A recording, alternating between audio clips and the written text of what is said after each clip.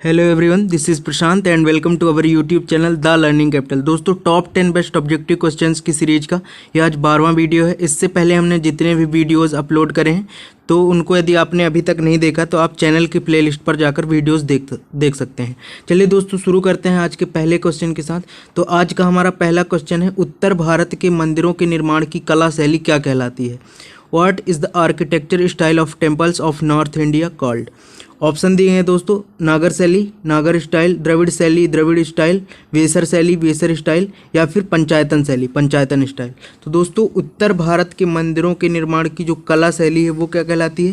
तो वो कहलाती है नागर शैली, नागर स्टाइल बोला जाता है। और क्यों बोला जाता है? क्योंकि इन मंदिरों का निर्माण सबसे पहले नगरों में किया गया था, इसलिए इसको बोला जाता है नागर स्टाइल, नागर शैली बोला जाता है। और इस शैली के विस्तार की बात कर लें तो इसका विस्तार है उत्तर भारत में हिमालय से लेकर है मध्य भारत में विंध्य पर्वतमाला तक, विंध्य पर्वतमाला तक है इसका विस्तार। ठीक है दोस्तों, इसकी भी बात कर लेते हैं। तो द्रविड़ शैली की बात करते हैं। सबसे पहले द्रविड़ शैली दक्षिण भारत के जो मंदिर हैं उनके निर्माण की कला शैली क्या कहलाती है? द्रविड़ शैली। ठीक है, और इसका विस्तार पूरे दक्षिण भारत में देखने को मिलता है। इसके अलावा वेसर शैली की बात कर ले तो नागर शैली और द्रविड़ शैली का कॉम्बिनेशन वो क्या कहलाता है? वेसर शैली। ठीक है, और इसके वेसर शैली के विस्तार की बात कर लें तो ये मध्य भारत में विंध्य पर्वतमाला से लेकर दक्षिण में कृष्णा नदी है, दक्षिण भारत की नदी है, कृष्णा नदी तक इसका विस्तार माना जाता है। ठीक है दोस्तों, पंचायतन शैली की बात कर लें तो पंचायतन शैली एक विशेष प्रकार की शैली होती है। ठीक है, स्पेशल आर्किटेक्चर स्टाइल है। और इसमें क्या होता है? इसमें एक मेन टेम्पल होता है, मुख्य मंदिर होता है, और वो 4 अन्य मंदिरों से, अदर टेम्पल से घिरा रहते हैं। इस स्टाइल को क्या बोला जाता है? मंदिरों के निर्माण की पंचायतन स्टाइल, पंचायतन शैली बोला जाता है। उदाहरण के लिए आप कंदरिया महादेव मंदिर है, कंदरिया महादेव, ये कहाँ है? ये खजुराहो में है, कंदरिया महादेव मंदिर, ये इस शैली का उदाहरण है। चलिए दोस्तों, अपने अगले क्वेश्चन की ओर चलते हैं।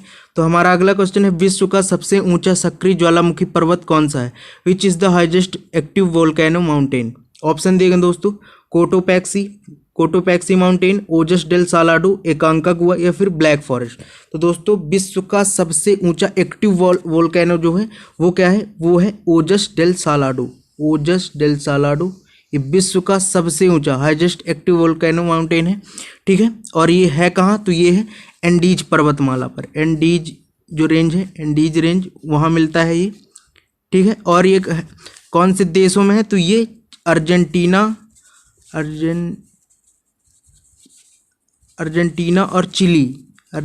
और चिली इनके बॉर्डर में मिलता है। ठीक है, बॉर्डर में है।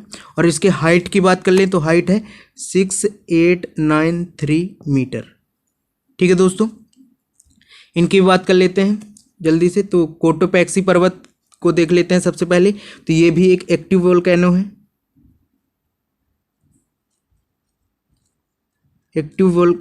ठीक है, सक्रिय ज्वालामुखी है।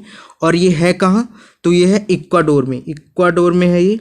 और इसकी हाइट की बात कर लें तो इसकी हाइट है 5897 मीटर, कोटोपैक्सी पर्वत की हाइट है। ठीक है दोस्तों, अब इसके अलावा एकांकागुआ की बात कर लें तो एकांकागुआ सबसे ज़्यादा हाईएस्ट ऊंचाई पर है ना, सबसे ज़्यादा ऊंचाई पर स्थित शांत ज्वालामुखी है, ये एक्टिव नहीं है। शांत ज्वालामुखी के अंतर्गत आता है माउंट एकांकागुआ। ठीक है दोस्तों, और ये है कहाँ? तो ये है अर्जेंटीना में है एकांकागुआ। ठीक है दोस्तों, ब्लैक फॉरेस्ट की बात कर लेते हैं। तो ब्लैक फॉरेस्ट कहाँ है? तो ये है जर्मनी में, ब्लैक फॉरेस्ट जर्मनी में है। और ये किस प्रकार का माउंटेन है? तो ये एक ब्लॉक माउंटेन है, ये ब्लॉक, ऐसे ब्लॉक बने रहते हैं, ये ब्लॉक माउंटेन का उदाहरण है ब्लैक फॉरेस्ट। और ये जो ब्लॉक माउंटेन के बीच की जो जगह होती है ये रिफ्ट वैली कहलाती है, रिफ्ट घाटी बोला जाता है, रिफ्ट वैली। ठीक है दोस्तों, चलिए अगले क्वेश्चन की ओर बढ़ते हैं। तो हमारा अगला क्वेश्चन है, शिव समुद्रम जलप्रपात किस नदी पर स्थित है? Shiva Samudram waterfall is located on which river? Option दिए गए दोस्तों, Narmada river, Chambal river, Swarnarekha river या फिर कावेरी रिवर। तो दोस्तों शिव समुद्रम जलप्रपात ये कौन सी नदी पर है? तो ये है कावेरी नदी पर। कावेरी नदी पर स्थित जलप्रपात है शिव समुद्रम जलप्रपात। और इसकी हाइट की बात कर लें तो ये है 98 मीटर, 98 मीटर। और ये है कहाँ? तो ये है कर्नाटक में, कर्नाटक में है शिव समुद्रम जलप्रपात।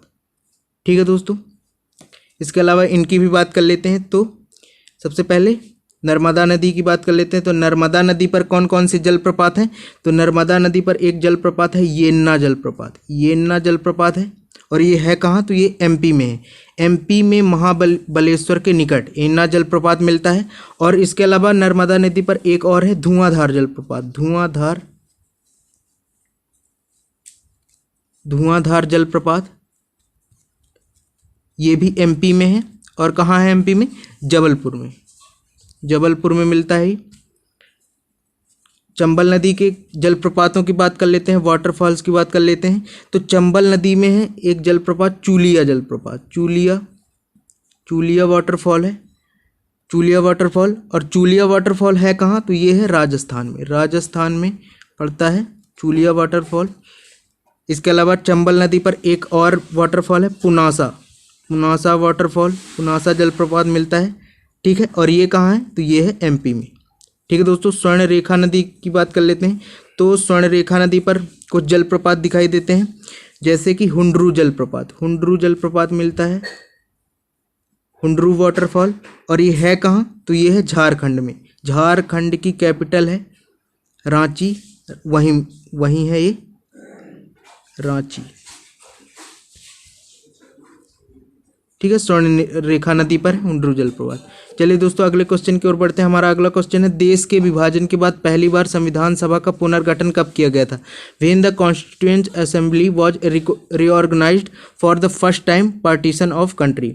ऑप्शन दिए गए दोस्तों, 9 दिसंबर 1946, 31 अक्टूबर 1947, 21 फरवरी 1948 या फिर 26 नवंबर 1949।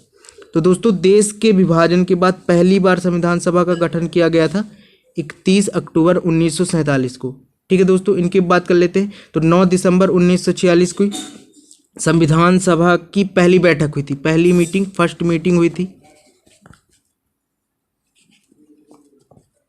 फर्स्ट मीटिंग हुई थी।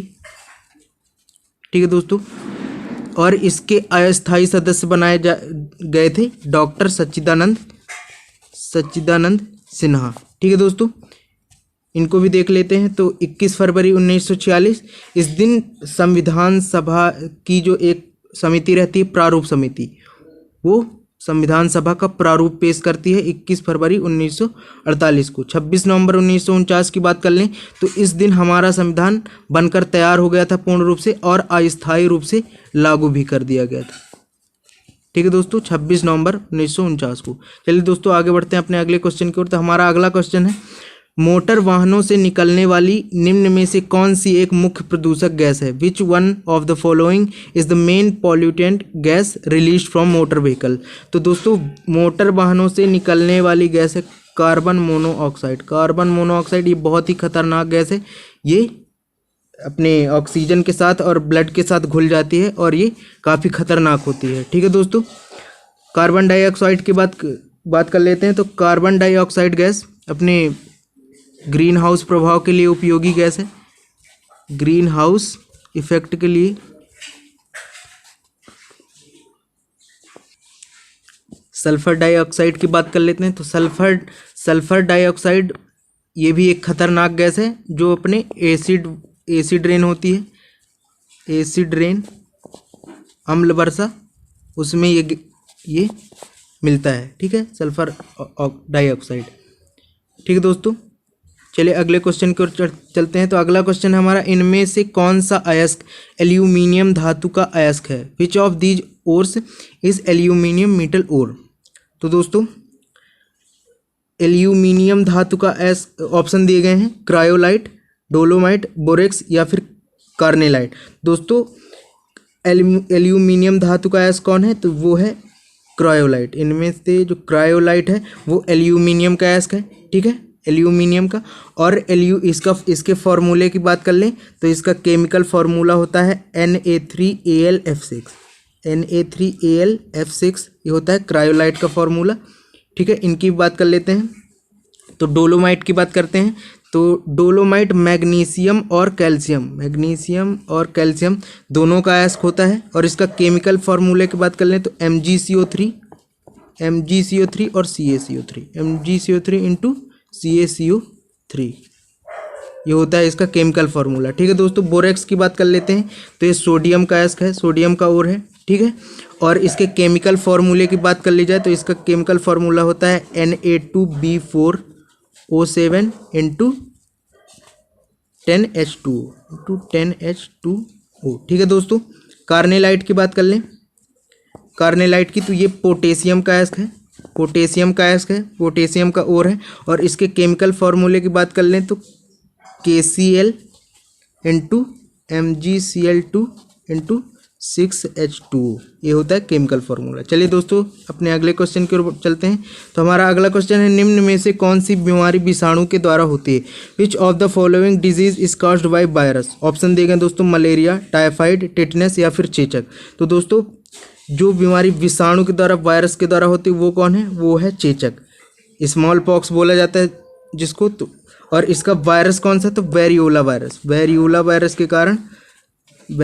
वायरस के कारण होती है ये बीमारी, चिकन पॉक्स, स्मॉल पॉक्स, ठीक है, चेचक जिसको बोला जाता है। टिटनेस की बात कर लें तो टिटनेस होता है बैक्टीरिया के कारण होता है। और इसके बैक्टीरिया का नाम क्या है? तो क्लास्ट्रीडियम टेटेनी,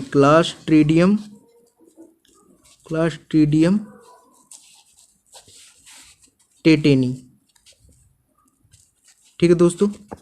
टाइफाइड की बात कर लें तो टाइफाइड भी होता है बैक्टीरिया के कारण।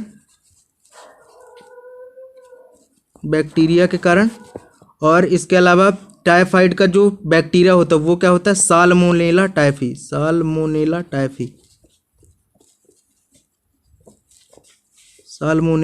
टाइफी, ठीक है दोस्तों। मलेरिया की बात कर लें तो मलेरिया होता है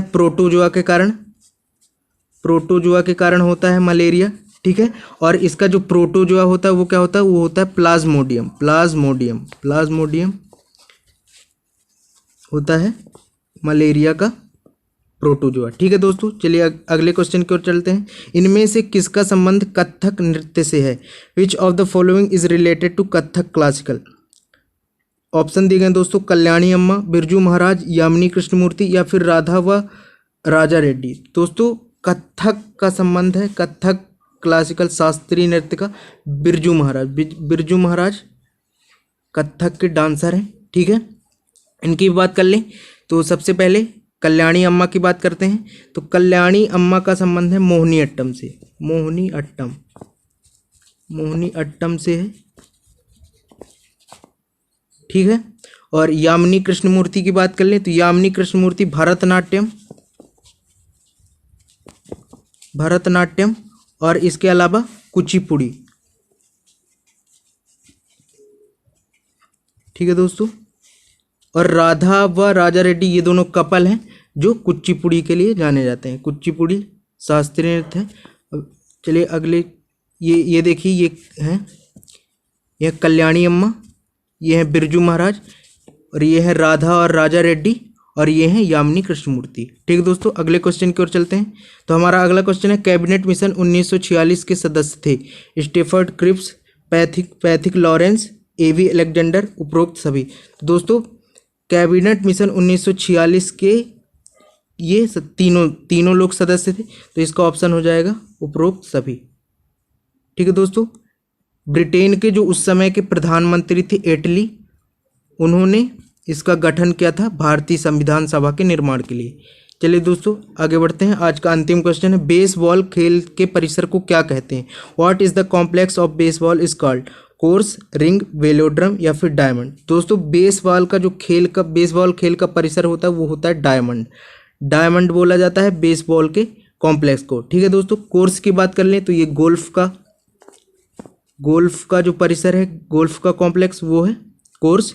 रिंग की बात कर लें तो ये बॉक्सिंग, बॉक्सिंग के लिए बॉक्सिंग का जो परिसर है होता है वो होता है रिंग। वेलोड्रम की बात कर लें तो ये है साइकिलिंग, साइकिलिंग के लिए साइकिलिंग का जो परिसर होता है वो होता है वेलोड्रम। ठीक है दोस्तों, तो ये था आज का हमारा सेशन। यदि आपको वीडियो पसंद आई हो तो वीडियो को लाइक करें, हमारे चैनल को सब्सक्राइब करें, और दोस्तों यदि जानकारी आपको अच्छी लगे तो अपने दोस्तों में ज़रूर शेयर करें। धन्यवाद।